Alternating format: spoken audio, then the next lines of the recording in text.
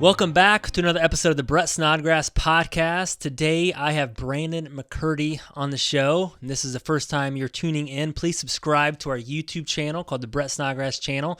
Make sure you ring that bell, get notifications when videos come out each week.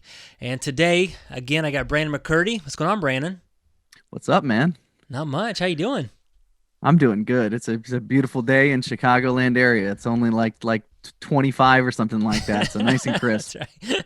When people talk about winter, they always talk about Chicago area and the coldness of that. Well, hey, man, thanks again for being on the show. This is just a pleasure of mine. I know you've kind of helped me with my brand, and I know you're the owner of Brand Design, and you help a lot of entrepreneurs with their brand. And we're going to get talking into that a little bit about a personal brand, professional brand, and how you go about doing that. You are a certified story brand guy, right?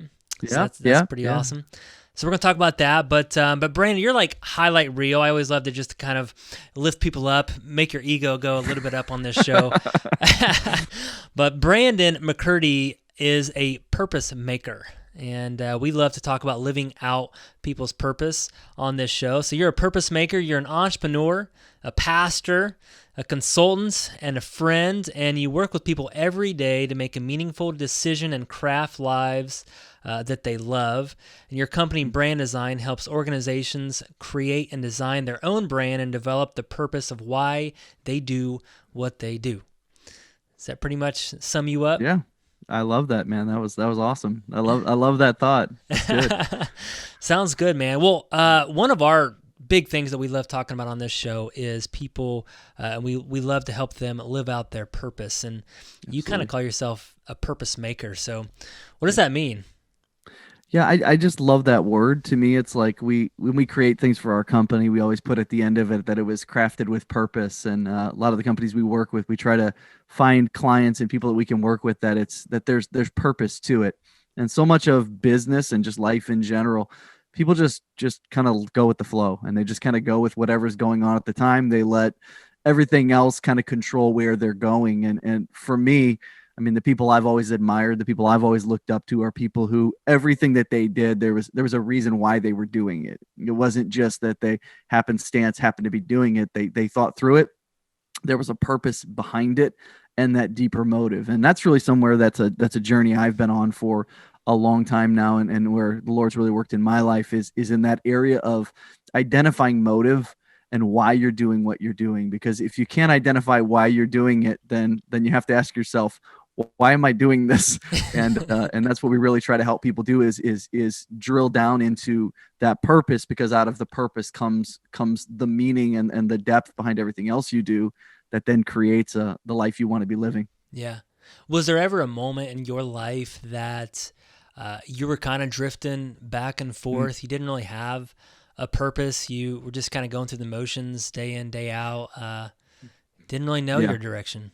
Was there ever a point? Yeah, I mean, I've found myself in my life trying to find purpose in other people's purposes, and I think that's been maybe something where I don't know that I could look and say that I felt like I was drifting, but I did find myself looking and saying, okay, I feel like I'm trying to piggyback on somebody else's purpose, and I kind of came to the place where I realized, you know what, God made me to do things with my life, and He made me to live the life that He gave me. And that was kind of a turning point where you came to the end of yourself, and you kind of realized that, hey, you know, I want to get to this end of this thing at the end of life and be able to look back at it and say that, you know, I did what I was supposed to do, when I was supposed to be doing it, where I was supposed to be doing it, and who I was supposed to be doing it with. And I think that's a point that every person's got to come to. Either they're just allowing everything else to control where they go, or even if they're focusing on one person, allowing them to control where they're going. I think there's that time where we have to come back and kind of examine what we're doing. Yeah, definitely. So when you start to talk about purpose, because I know that's a part of your company, Brand Design. Yeah. I mean, you kind of start there, right? You try to identify what a company, who they are, what their purpose is, their purpose statement, Absolutely. Mission statement, and that's kind of where you start. And so I know you do it on a business level. You also do it on a personal level because you're a pastor of a church, which we're going to dive into as well. But what what's the feedback when you start to talk about purpose with Yeah. people? Yeah, most of the time, most people are unless it's something that they've already kind of dived into in their life and their journey, people are a little uncomfortable with it, to be honest. I mean, when you really try to get somebody drilled down on like, why are you really, really doing this? Like, what is the real motive behind it? Because most people can put on a good facade of what the motives are, right? I mean, they can give some kind of ideas as to what they're doing, but when you really get into where are you looking to go? What are you looking to accomplish? What is the real purpose behind it? Most people can get a little uncomfortable because they'd rather stay up on the shell. They'd rather stay up on the peripheral. I mean, when we talk to people as business owners and say, what are you trying to do? And the obvious answer usually is, well, I'm trying to make money. I'm trying to make a good living for myself and I'm trying to, have it. And when you really get down to most people, they could make more money doing something else. They could make more money with less staff. Sometimes they could make more money with less expenses on their businesses and so forth. And what you find is that even people who haven't examined their own purposes, a lot of times, and I'm a positive person to start with, most of the time they have good purposes. They just didn't think about it. And they didn't really, they arrived at a place almost accidentally because people, they've had good character. They brought up well, and they had a good life and so forth. And a lot of times it's not even a negative of uncomfortable. It's more of a positive of it, of finding people where there's motives in their heart that they didn't even realize they had.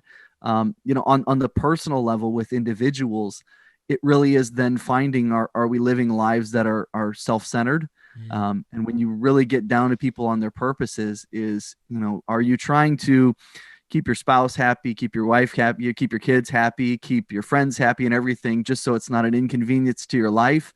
Or do you truly care about people? And do you truly care about, what happens with people and where they're going and how their life is unfolding? And so again, it can get it goes both ways, a little uncomfortable of really diving into purposes sometimes. Yeah, definitely. I love talking about success and significance. I think John Mhm. Maxwell said that once you've tasted significance, success will never satisfy again. And I think Yeah. he said that is because, success can be selfish. It can be self-centered. You can care about your just own success and the things that you do have. Significance seems like it's more about other people. And, and I love just kind of digging into that. So Brandon, the purpose maker, and you started your company Brand Design about 10 years ago. Mhm. This literally is about creating brands for organizations. And I think you also Mhm. do personal brands as well. I know that I've reached out to you and Yeah. we started talking about, hey, I want to kind of build this personal type of brand. Some companies would say, why do I need a brand? Mhm. Especially in the real estate industry, we just buy and sell houses. And sometimes we try to be the Joe Smith next door. We don't really want to be a big company brand. And some people say, Sure. why do I need a brand? So talk to us about kind of what your company does. What do you guys do? You also go through the story brand model. Mhm. So take us into how do you create Yeah. a brand for a company? Yeah. So I always start people with the concept, and the starting point is always that a brand is just simply a promise. That's all it is. It's just simply I'm gonna make a promise to you, and then customer service and product quality and all of those other things are me keeping my word that I've kept the promise. And so I always take a step back, because as soon as you say brand, everybody always goes, well, that's my logo. And that's what, Yeah. we're going to make up this little logo and we're going to put it on a piece of paper, and now we're branded. And I look at it wider than that. I think about the choices and the decisions that I make. Again, back to that purpose word of choices and decisions that I make on a daily basis that are driven by the quality of how somebody presented their brand and the way to which they made the promise to me. The analogy I always give people, and it's such a telling one, is if you looked right now in the back of your shirt, there's a tag, and you bought that shirt because of that tag. And people will argue, no, no, no, no, I'm not, I don't fall into consumer brands. I'm not that kind of person. And whether you're into fashion or you're not, no, no, that's not me. And the answer is yes, you are, because you could have bought a cheaper shirt. Mm, You didn't buy it because of the price. You could have gone to the Goodwill. You could have bought a cheaper shirt. You didn't. You bought it because you preferred that brand. The technology we're using right now, there's a litany of preferences that were made and choices made because of branding that was done to me, the promise that was given to me. And I always look at it and think, okay, if your larger corporations are going to do that. Your larger corporations even today are more interested in becoming more personal brand than they ever were. Companies like Amazon, companies like Apple, companies like Tesla, you know who the CEOs are because they've put a face to the brand. When we were growing up, we were about the same age. When we were growing up, you didn't know who the CEO of a company was. You had no clue, because they feel like they need to add flesh and blood to the promise that they're making. And I always try to help a company they always say, where should I start with this process? And the place to start simply is, what is your promise? What are you going to do for this person to make their life better? To kind of tie it into what we talked about with story branding. In story branding, we learned two things. We learned that every single person has two desires in their life. And those two things are to survive and to thrive and to conserve calories. And that's it. To survive and thrive and to conserve calories. And every single person is desiring to survive and thrive. And whether you think about it and are intentional about building your brand or not, the consumer is looking at you as a company and saying, how are you going to help me to survive and thrive? And how are you going to make it simple for me? What's the simplest way for me to do this to where mentally, physically, and all of those different areas, I'm going to conserve the energy that I have for today? And so branding is those two things, is coming alongside and saying, hey, here's how I can help you to better your life. And secondly, here's how I'm going to make it as simple as possible for you to do that. Because with so much noise in this world, we used to give the statistic that, you have to say it 7 times for somebody to hear it once. New studies are saying that number's more like 16 now. Like the idea that somebody has to hear something so many times and that brand has to be so redundant to get somebody to even pay attention to us, because people are more interested than ever than surviving and thriving and conserving calories.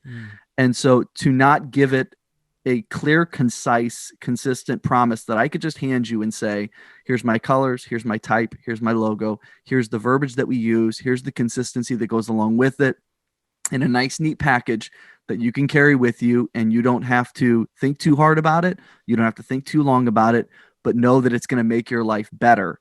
That's branding. And when we can create that kind of a connection with somebody, then the possibilities are endless. I mean, there are brands that I have.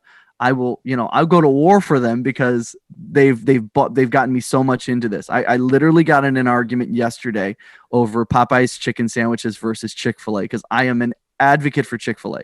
I mean, you will never convince me that there's a better chicken sandwich. And is that really true? I don't know, but the brand and the promise that they've made to me has so hooked me in. That is true. True. I will not use a PC. I won't do it. Is there anything wrong with a PC? If I would be honest in my heart of hearts, probably not, but I'm so connected to a brand. Yeah. And rather than just simply looking at that, most small business look at that and say, yeah, that's the corporations. They have billions of dollars. They can do that. In reality, you have small businesses and you have people in your life that have connected with you on a brand level, and it works just the same, and it has nothing to do with the money that was spent. It's just a clear and concise promise. It's a clear and concise way that they presented themselves, and they made it simple for you to interact with them. So yeah, I love that. My wife, she's the exact same way. She would die for the Chick-fil-A chicken sandwich. That's right. Yeah, hey, but it is, don't mess with it. It is true. Now, it's funny is because you go back to Chick-fil-A, and my wife even will say that, well, it's Chick-fil-A. It's got to be healthier than the other fast food restaurants. And I'm like, well, I don't know if that's really true. but they do make that promise. It's going to be pretty fast. They're going to be nice to you. And there's some of the promises that they make. So that's very, very interesting. And so really just talking about brands, it's the promise. And when you're talking to companies, what's some of the big mistakes that companies make when it comes to branding? And this is one you'll hear in pretty much any environment right now, and it's the number one issue in most marketing and branding in general, is lack of authenticity. If it's not real and if it's not authentic, that people see through that so quickly that your head will spin. I mean, if you don't come across as someone who is authentic and real, the old game of trying to present yourself in a way that is not true to who you are, it not only doesn't work anymore, it is such a detriment that it's not worth even trying. And so that to me is 1, 2, and 3 of branding. Is there has to be a level of authenticity to it. That should be a Number breath two, of fresh air, though, for people, because absolutely, it's like, wow, all absolutely, I have to do is be myself and just be yeah. who I am. I don't have to fake anything. I like that. Yeah, and there's a level of comfort to that, and I think that's where, again, generationally, we're getting better about it. To be honest, I mean, the way our parents grew up was more of, here's Walter Cronkite, and he reads the news, and it's very, concise and specific. And now it's much more folks sharing, an open market of ideas and their perspectives and different things like that. And there's value there because there's authenticity that's desired. The second part of that to me is and this one's a little more nuanced, and they're going to seem like they conflict with each other, but they don't, is considering how somebody is going to consume the brand, is thinking I'm going to be authentic and I'm going to be myself, but also thinking about how is somebody else going to consume what I'm about to do. And we hardly ever think about the consumer on it. I cannot tell you how many meetings and brand consultations I've had with people where it's arguments over, well, purple's my favorite color, and so I want it to be purple. And I don't, it's not for you. I don't care if purple's your favorite color. It's for them. And thinking about how they're going to consume it. Again, it comes back to that purposeful heart that you have to have that says, I'm interested in helping you. If you're trying to be a selfish brand in 2020, it just doesn't work. People do not care about, again, to tie in the story brand stuff, they don't care about making you the hero. No. They don't care about making you successful. They care about how you can help them, and that you do care about them. Exactly. I think there was a book that I was reading. I think it's Epic Content Marketing, and they said, people don't care about your product. They don't care about you. They only care about themselves. That's right. That's exactly right. Yeah. So, and the more your brand can convince them that we care about you too, the better off you're always going to be. Yeah. And again, that can be presented in a million different ways. Sometimes that's, we've created this amazing brand and this amazing tribe, and we want you to come along to be a part of it. Sometimes that's a few years ago, Johnson & Johnson had a whole run of ad campaigns that were more, emotionally tied to the parents and tied to people specifically, and being there in the greatest moments of their life and all of those things. It can present itself that way. It can present itself as sports teams and different things saying, hey, come join this, this team that we've got. I mean, there's 1,000 different ways to go about it. Exactly. In this day and age, do you think that everybody is giving off a brand, whether they want to or not, whether they think about it or not? They're all giving off some certain level of a brand. Yeah. The word that's interchangeable, and it's interchangeable from previous times and now, is reputation, right? That's what people always say is your brand is basically, all it is just reputation. It's just a matter of whether you're going to curate your reputation or whether you're simply just going to let it sit. The way I look at it is basically all a brand is a loudspeaker. Mm-hmm. Is whether or not you're going to pick up the loudspeaker and set it up to next to your life and allow it to broadcast.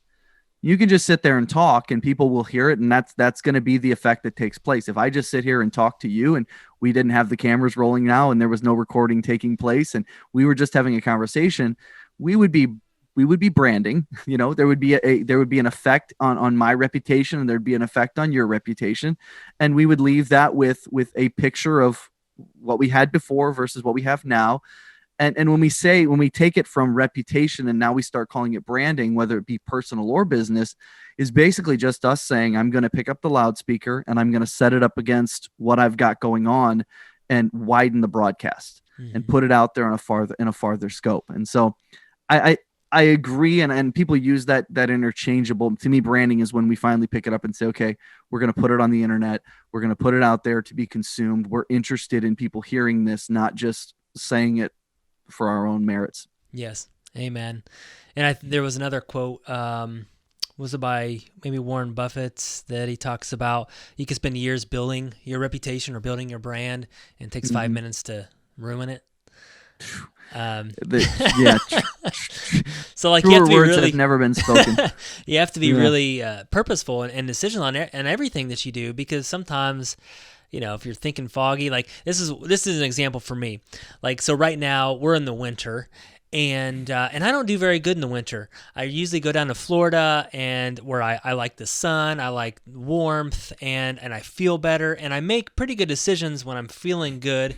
And in the winter, sometimes it's dark, it's gray. I get a little bit moody and depressed, whatever's going on. I'm eating a bunch of chocolate, from Christmas and all that. And I told my wife the other day, I was like, you know what? I don't think I should make big decisions in the winter Mm. because I Yeah. just don't feel like I'm in the right state. Yeah. and, Yeah. and it's just one of those things. Sometimes you just got to be really self-aware about you and your business about, Mhm. when's the best time to make those decisions, because sometimes I might be having a really bad day and I might put something out on social media. And, my brand probably is, hey, I'm a nice guy. I talk about faith. I have a real conversation with Brandon McCurdy, and, I try to be honest. And, Yeah. but sometimes I could take 5 minutes just to ruin that if I wanted to. Have you ever seen that kind of Yeah. with the companies that you're working with, and just Yeah. bonehead Yeah, moves? definitely.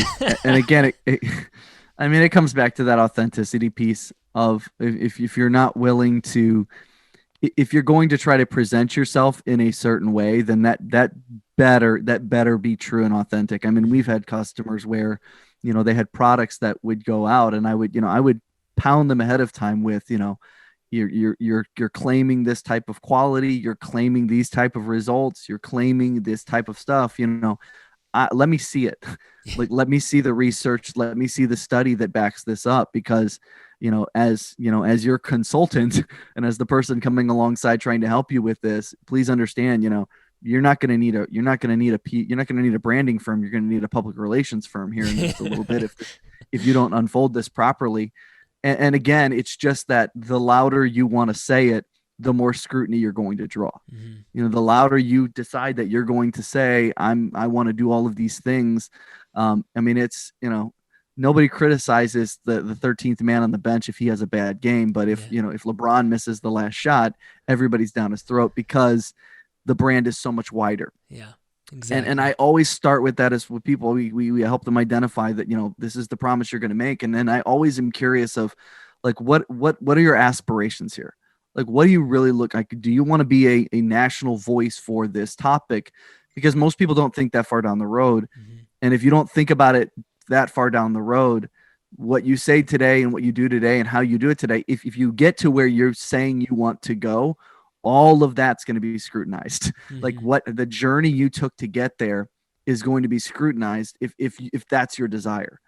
And by setting the desire first and foremost, then you can say, okay, I'm that's different for me. I mean, I'm kind of on both sides of it. On the business side, I have great aspirations of where I want it to go, and more of a national side of things, of all the things that we have going on a ministry side of it. I'm concerned with ministering to my community, and that's what I'm interested in. I'm Mhm. interested in being very locally based in ministering to my community. So it's a bit of an anomaly there, but a lot of people, they just think, well, I'm just going to put it out there and see how it goes. And as we've seen in political cycles and celebrities in general, those things you put on Twitter 20 years ago, they're all coming Yeah, back. And yeah, so we exactly. have to be intentional with those things. Yeah, for sure, for sure.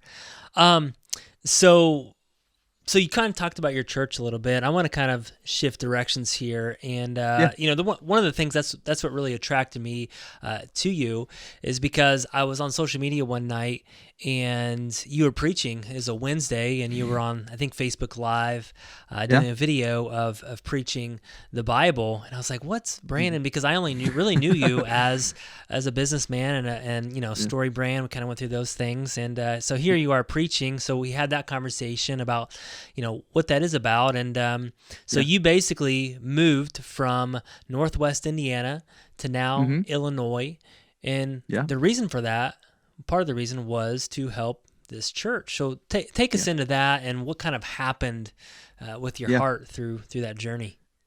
Yeah, I had been in ministry for about 8 years prior as an assistant, and then I decided to step out of that role, and I was helping other churches and kind of doing different things, and then I just kind of felt one day, Lord kind of got on me and said, you trying to help all these churches, why don't you just, why don't you eat your own dog food and do it?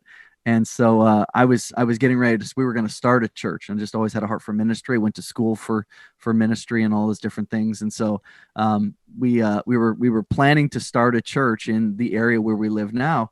And I was actually going to speak at a different church, and I was driving down the interstate and I saw a steeple right in the area where we wanted to move. And I said, I should go see if they would rent me the building and see if that would happen. And so drove down there, got the number off the church sign. He called it, and the man on the other end said, well, it's stranger calling. He says, this church actually doesn't have a pastor right now. They have two members. They have two members and 5 acres and a building, and that's it. And he said, we're trying to actually help these ladies to decide whether they need to close this church down or whether they can find a pastor. And so I talked to those there were two sisters. They lived together, older ladies, and I went in and sat with them and talked with them, and I was unanimously voted in by the two ladies there. And so we've been here for coming up on 8.5 years, just building a family basically of folks who we keep it very basic. We are not in any regards any kind of a mega church. It's very family oriented. It's most would call a very small church. We run 75, 85 people on a Sunday morning, and we just teach the Bible. I mean, and again, it's that anomaly a little bit of my life a little bit is, I don't market a ton my church. It's a family where God brings people together, and we get around God's word, and we enjoy fellowship with one another. And that's a huge part of my life. It's obviously the calling God's put on my life. And obviously by taking a smaller church and kind of making that the passion of our life, obviously with that comes, again, a small church doesn't pay a ton of money. Mm-hmm. And so gratefully the Lord gave us some tools and some resources to be able to build businesses and do some things to help fund that and to help fund our life and keep us here. So we love it. That's awesome. What do you think about so you are a pastor, about getting paid and things like that? Because a lot of times people, and I've had people on this podcast actually that have talked about that the American church and people building a mega church, and they do okay, and it costs millions of dollars to run, and you're kind of on the other end where you don't get paid hardly any money, and you have a small church. Do you have any feedback on pastors in general and a businessman like yourself? Mm-hmm. And I don't know, just the kind of that whole, the American church versus, because sometimes I've been talking to other missionaries in other countries, and they don't get paid anything. They just do it because that's what they're obeying the word of God. Yeah. There's 1,000 different perspectives on it. For me personally, I always looked at it as, if you can, why wouldn't you? I guess if you're capable to fund it. I mean, I know a lot of friends of mine and folks I've in ministry with, and they will go and raise money and build a church or plant a church or do things like that. And I'm certainly not opposed to that in any way, shape, or form. But kind of in my life, I always felt like the Lord said, look, if you believe in it, and if this is what you feel like you're supposed to do, then you fund it. You figure it out. And that's kind of the path we've taken. Is the Lord has given us the ability to do it, so why wouldn't we? And I grew up in a very large church. I mean, that's my background. Is the church I grew up in was like the world's largest Sunday school for the longest time, a huge church. And I just always felt like the Lord called me to that smaller. It kind of goes back to what we talked about earlier. For me, there's two things: there's influence and there's impact. And influence is the number of people you reach, and impact is the depth with which you reach them. And I've always had a heart more for that impact level of saying, I would rather have deep relationships with the people that I'm trying to minister and care for. I've a heart for, I want to know every person who goes to our church. I want to know their kids' names. I want to know, where they live and their background, how they grew up, because for me, again, I know many men who can pastor huge churches and it works out great for them. For me personally, it just gives me a depth of understanding when I'm trying to minister to them, help them if it's a smaller congregation. And if the Lord grows it, then I'm sure he'll equip us just fine to do whatever he calls us to do. Yeah. And I love that influence versus impact. And a lot of times, especially in our culture, we're all about influence. That term influencer is out there, and we try to gain as many followers, as many people watching us as possible so we can try to influence them. But you talked about impact is, you might be on the other end. Instead of having, let's just say, 100,000 followers, you might want 10,000 that you really can truly impact, and smaller numbers even that, right? So, Yeah, and a good example of that, I mean, like we were doing, I mean, in more on the business side of things, we were doing some product rollouts for a client, and they were rolling out a new product, and we reached out to a wide range of influencers, people who had 1 million followers, and then we reached out to other people who had about 5,000 followers. And what we found in our research and in doing it is the percentage of people who would buy from a 5,000 follower person who had a deeper relationship with their followers was dramatically higher than somebody who had 1 million followers, but those people weren't nearly as tied into them. mm-hmm. And so again, it's that difference. And I think so often we get so consumed with what I call, when I sit with my clients, we get so consumed with the vanity metrics of how many followers do you have, and how many likes do you have, and how many comments do you have, and all those things are valuable pieces of information, but they don't tell the whole story. And what we have to be able to step back and say is, look, if I can impact 50 people versus somebody who can just simply influence 5,000 people, which one is more valuable? And I think it comes back to, specifically as a husband or as a father, is I'm not very interested in influencing my wife and my kids. I want to impact their life. I want to have a depth of relationship there. And then it's moving into, now, how does that translate to the people that are around me and the people in my life? Yeah, exactly. It kind of reminds me of someone who's trying to like look really healthy or look really skinny, but they just don't eat. So like they look maybe skinny on the outside, but on the inside they're just extremely not healthy. Absolutely.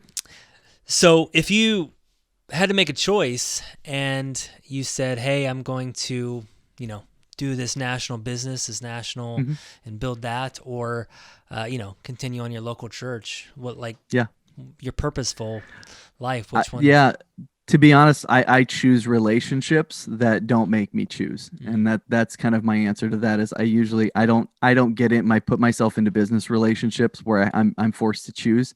I've always been pressed with that, and I've always had people push me on that, and say, boy, if the church grows, you'd have to quit the business things, and if the business thing grows, you'd have to quit the church thing. Right. And I just look at it as, God has given me an opportunity to do these things, and God has placed me in this role, and where He's put me. And so I sat with a young man a while back, and it was the same thing, as he's kind of being pulled in two different directions. And I kind of told him, like, look, why do you have to choose? Just do all of it, do it all. Why does it have to? And I mean, you'd see it in the schedule of my day. My day blends from business to ministry, and there's really no lines. I don't have set church office hours, and I don't really have set business hours. They flow together. I'll literally go straight from a business meeting to a hospital visit. And to me, that's the life God's given me. It's not for everyone. I don't know that I don't know if people would enjoy it. But for me, it works. I mean, if I start working with somebody, and a lot of the clients I work with and the people that I'm familiar with, if they want to push me into businesses that require me to be away on Sundays, I tell them no. I mean, I've pastored for 8.5 years, and I've missed 2 Sundays, and neither of them were business related. So I don't put myself in those situations. I have found that people, they respect the one side of it, and because of the person that makes me, I'm able to do it on the other side as well. And I find my church people find a lot of encouragement in knowing that, just like them, I'm going to have to get up on Monday morning, and I'm going to have to go to work, and I'm going to have to do my job, and I'm going to have to be a good businessman. And I tell people this all the time. I counsel far more people who will never step inside the doors of my church, but are business relationships that I have, and people that I do business with, and I get to minister to them outside the walls of the church. So I don't even keep attendance on Sunday mornings, to be honest with you, because I don't view ministry as a one-day thing. Yeah. I find a lot of entrepreneurs have a hard time saying no. I know for me, it's been, one gentleman told me this, I've been kind of struggling with saying no. And so he said, basically, you have to say no so you can say yes to the good things, right? And yeah. And you've developed that very well. So do you find that a lot of entrepreneurs have a hard time saying no, and then they just see things crumble? And you obviously have a ministry, and you're expected to be there, but it could be your family, it could be your kid's baseball game. I don't know, whatever it is. Yeah. I don't see, to me, it's you don't ever know what the other path was going to be. And so I don't know that I mean, you can always play Monday morning quarterback and look back and say, boy, if I would have done this instead.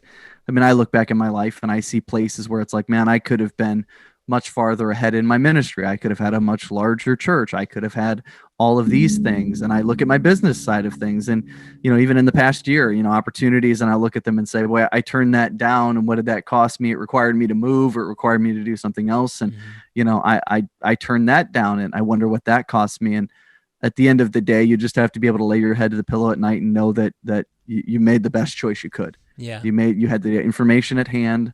You walked, as a Christian, I walked by faith. I trusted that, God had a plan in it, and he wouldn't have put these things here if that wasn't his plan. And I don't play a lot of the regret game. Yeah. I don't look back and wish that I've chosen another path. I have the path I have. I have an amazing wife. I got two amazing kids. I have an awesome life. I have amazing people around me. I have a very small circle of people that, I spend my time with, and I love spending time with them. And, it is what it is. Again, did I make the perfect decisions? Probably not. There was probably something that I could have chosen better, but I really don't spend any time on it. Yeah. I try to keep the eyes pretty much forward, because I made as purposeful as a decision as I could. Yeah. Amen. Do you think that there's seasons of purpose? Like, Mm, someone yeah, in their 20s or 30s, their purpose at that time might look a little bit different than they're in their 40s or their 50s later in life. absolutely. Or someone with a young family might have a different season of purpose versus one that has teenagers, for example. Yeah, to me, and again, it goes a little bit to the chaotic nature of the life that I have. To me, it's there is no such thing as balance per se. Mhm. My wife's Instagram, and like her theme for her life is just embracing imbalance, and that's our life, is being able to look at it and say, you know what, this week we might have to work 60, 70, 80 hours, and next week we're going to take 3 days off. Yeah. I mean, perfect vacuum of it. We're going to do an event, and we're going to work, probably 15, 16-hour days for about 3 days straight. And then we're going to get done with that, and we're going to go to Disney World for 3 days. I mean, in the middle of a week, which a Right. normal person with a normal job, if I was a normal pastor with a normal ministry, I would not be able to do that. Hmm. But there will also be seasons where, like during the pandemic recently, we at that time lived at the church, and we spent 3 months remodeling our entire church. And I was working at the church for 12 hours a day every day. We invested a large amount of money, of our own money, into making the church beautiful. And then there will be times and seasons where I won't be able to invest that much time. But to me, it's just it's being mindful of what people need at that moment. It comes Exactly. back to me of that selflessness versus that selfishness. Hmm. That if it's about you, then yes, balance feels great, and we all love the idea of feeling balanced in our life. But that doesn't really work when you're trying to help people. Yeah. If you're trying to help others, you can't fit them into the neat little boxes of your balances. I mean, there Yeah. will be the times where the phone rings and you have to go to the hospital at 3 o'clock in the morning. Mm. And there will be other times where nobody will call you for 2 weeks and you're fine, and everything is good. So I don't really see it as balance. Exactly. I mean, I've been kind of going through that season too, where I have young kids at my house. I just recently stepped Hmm. out of the business more and had all these things kind of piling up. And I wanted to do some speaking and travel and do some things like that. But then again, I have a very young family, so I've decided, hey, I still want to create. I still want to do some cool things and have some interesting conversations like this. But Hmm. I need to do it that's going to include my family. I can do it from the comforts of my home. We just had my kids Hmm. come down here a minute ago, and Yeah. that's just my It's season right awesome. now. Yeah. um, Yeah. Before we wrap up the show here, Brandon, I have just some more things I want to kind of go over. So one thing that I was reading a book called "The Unwasted Life," I believe, Mhm. and I mean, do you see people? Do you just see kind of like wasting their life? I mean, and what does that mean? Yeah, again, take it back to the thought we had a moment ago. I mean, you don't ever know the other side. And so, I mean, there are days, obviously, what I would look and say, boy, I wasted that day, and it wasn't as profitable or beneficial as I would like to have been. But I also then have to look at it and say, okay, did that though give me the reset and the refresh that I Hmm. needed to be more efficient on other days? I think a lot of times I was reading some stuff recently talking about high performance athletes and how they can overtrain. And if they are not careful, you can strain muscles and you can do things because you're trying to be so efficient Hmm. with your time that you're more worried about the time than the results. And I think there's something to be said of that, of what we would look on the outside and say, well, that person's wasting a lot of their time, or they're wasting a lot of their energy, or they're wasting their life. Again, I try not to get too judgmental with it. I like to look at me and say, I need to be aware of it. I've gotten better recently, and I was horrible about it for years of managing, what I need to do. There are days where for me, I just like to go drive, and I'll just get in my car and I'll just drive, Hmm. not go anywhere in particular. Just I did it. I did it 2 weeks ago, and I ended up like 2.5 hours away from my house. And I called my wife. She's like, "Where are you at?" And I'm like, "I'm here." And she's like, "What are you all the way there for?"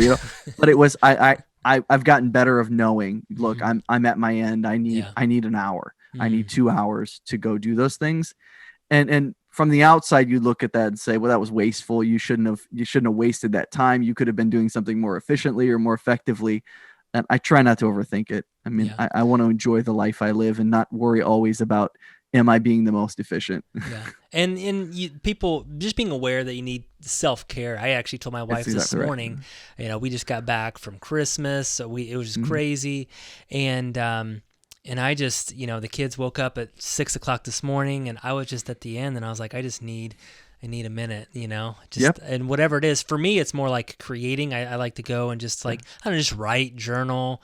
Yeah. Um, just no pressure. I don't like creating under pressure. That's not good either. But doing things like that, that's just something. Or driving, or Yeah. I don't know, just to kind of getting away from it all. So Yeah. The definitely agree idea with of, that. of yeah, the wasted life side again to me comes back to, if you're not planning, those things, and it's just simply it's more reactionary than proactive, Hmm. then I think we're getting to a place where it's, I can see phases in my life where I look back and say, okay, I should have stopped for a moment and refreshed and got myself caught up, and I wouldn't have wasted so much time. But there was really no purpose behind it. It Hmm. just kind of, it all caught up to you.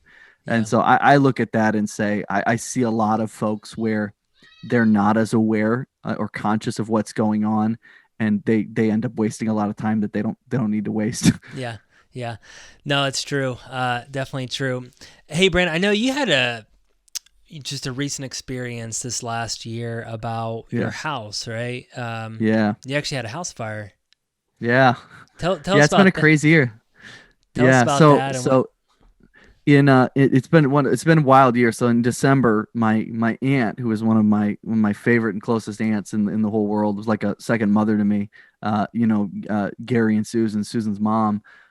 In December, she suddenly passed away, and so that was rough. In January, we find out my mom had cancer, Mm. and she's doing great, and everything's going to be okay there. But found that out in January, and then in February, I was at work at the office right where I'm at right now, and I was doing a video. I was doing a podcast much like this right now, and my landlord, who owned the house we were living at the time, kept calling me, and I couldn't figure out why. And found out finally. I answered the phone, and it was my wife, and she was home with our dog. Fortunately, our daughters were at school, and our house had caught fire and burned down with everything in it. And Mm. so literally had the clothes on my back, and because of the way the fire burned and the way that everything took place and transpired, we weren't able to save anything. We had to leave it all there, and so Wow. we're able to pull just some memento things out of it and some pictures and some things like that. But as far as earthly possessions, we had nothing, and we spent about 3 weeks living in a hotel, and so that was an experience. And because it took place literally the second week we were in the hotel was when all of the things from COVID began to happen. Mm. And so we kind of thought, okay, well, we can't stay here, obviously. I want to get that taken care of. And so we ended up buying a giant fifth wheel RV.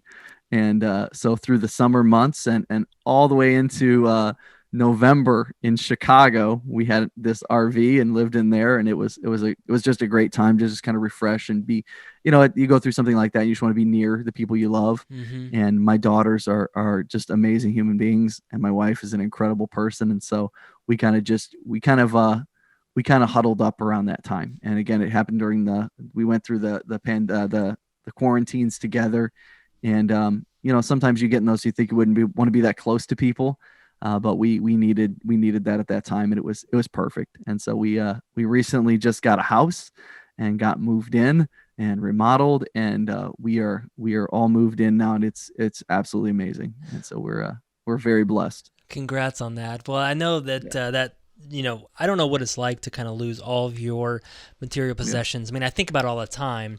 When I yeah, gain material possessions, I think about dying, and you can't ever take any of it with you, right? And you right, kind of got to experience at least some of that yeah, material possessions yeah, in your life. So, what are some of the feelings that you go through with that? And talk to those yeah. entrepreneurs out there that are kind of like, they put a lot of stock in their into their toys, into their goodies, into their houses and all that. Yeah.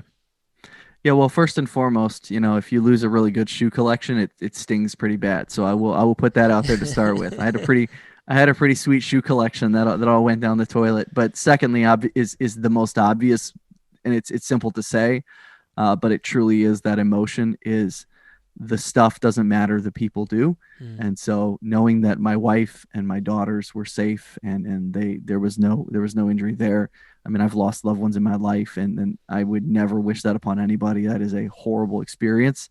That is first and foremost and paramount. mm, Beyond that, you realize very, very quickly that the things that you hold so tightly to and that you think are so valuable and so important are so replaceable so quickly that it would make your head spin. mm, I mean, just the stuff that we accumulate and we hold so tightly to, every single part of it is replaceable. Obviously, we have mementos and we have pictures and we have, things that are valuable and important to us, and I'm not diminishing that in any way, but I mean, there was a period of time, and like, even still, it's funny if people see me like, "Is that a new shirt?" Like, it's always a new shirt because I don't have any other yeah. shirts. They're all gone. They were literally the fire started in the room where my clothes were. Like, I have no clothes, and you think about that of like, man, I used to love this suit or this shirt or this whatever, and you look back and like, yeah, but man, I replaced it so quickly with Mm, something far better. And especially business owners, because again, we look at things and say that took me this many hours or this much effort, and we see cause and effect so quickly of what it took us to accumulate those things, but very quickly understanding that they're all replaceable. And then thirdly, you find out very quickly as to um, how, who you've surrounded yourself with. mhm, And what I found out very quickly, and I was very blessed to find out, is that I had surrounded myself and my wife and our family had surrounded ourselves with people who were giving and compassionate. mm. And surrounding yourself with givers is far greater than surrounding yourself with takers. And people just absolutely overwhelmed us, and that was unbelievable to find out that. That's amazing. Well, thanks for sharing your story. I know Yeah, especially with the COVID going on in 2020, that's crazy. it's been a year. Well, Brandon, as we wrap up the show here, again, we'll kind of start off. We start off the show with just calling you Brandon McCurdy, the Purpose Maker, and you've shared, you're a pastor, business owner, brand design. You've shared about your family, your two daughters, and your wife, Rachel. Mm, And you've gone through some very challenging experiences, losing loved ones, house burnt down, and you have a personal purpose of being a pastor, kind of pastoring your local church, and you also want this national brand as a business.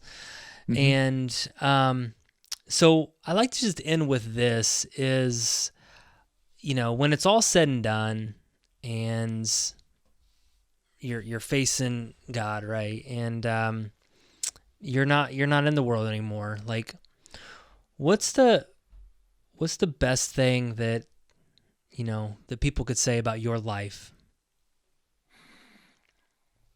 To me, and the obvious answer that most people look at, and they talk about their legacy, and they're worried about what people will think about them when they're gone, and how people will feel about them when they're gone, and all of those different things. And quite frankly, I don't think too much about it. I don't worry too much about what people feel about me. Mm-hmm. My question will be, I think, is what did I push them towards?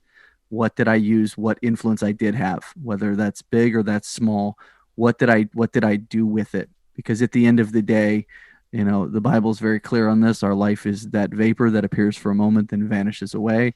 And when it vanishes away, it vanishes away. And what's left is where we push people towards Mm. and what we helped them to see. A lot of times, specifically, being that I own a marketing agency, marketing can get a bad rap of convincing people to do things that they ought not to do, or Mm-hmm. do things that push them in places that they ought not go, and so forth. And I guess mine is always the contrary to that. I step back and say, at the end of the day, did I push people towards things that are better for them? Mm. I, as a pastor, my heart is always, I want to push people to do things that aren't what I want them to do, but are things that they're feeling led to do and that they ought to be doing, and that they have thought through those decisions for themselves. Same as a business owner. It's a running joke among any client that I have, and anybody I work with. I am the worst salesman in the entire world. It's a true fact. Because to me, marketing is not a sales thing, and branding is not a sales thing. It again is just simply holding up the mirror and holding up the megaphone and saying, here's who I am, take me or leave me. If you don't need it, then I certainly don't want you to buy it, and I don't want you to have it. If you do need it, then I'm here to be of service.